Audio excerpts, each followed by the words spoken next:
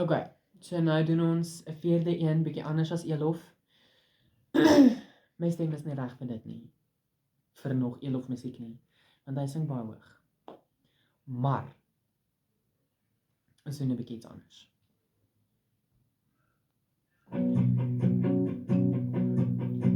In die vuurhoeke van die spieël sien ek dinge wat my pla. Dinge wat my pla.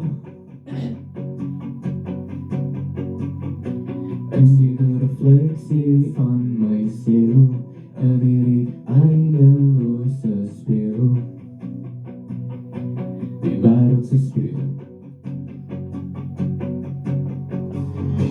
So soek my ander kant die maan vanaand, want ek kry skam oor dinge wat ek sien in hierdie eindelose speeltjies, speeltjies en van my. Hoe sien die ander mens aan my? Sien hulle ook die beeld wat ek in die oggend kry?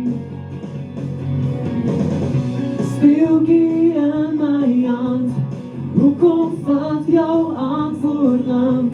Ek wens ek was in 'n vuurverhaal, hy sprokiesland, hy sprokiesland. In die vuurhoeke van die spieël kry ek eens wat my vra,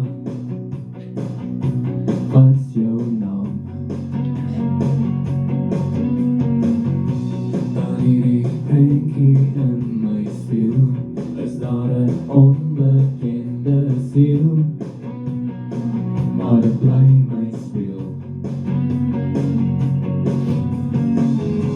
So soek my ander kant die maan vanaand, want ek kry skam oor dinge wat ek sien in hierdie eindelose speeltjies, speeltjies en van my.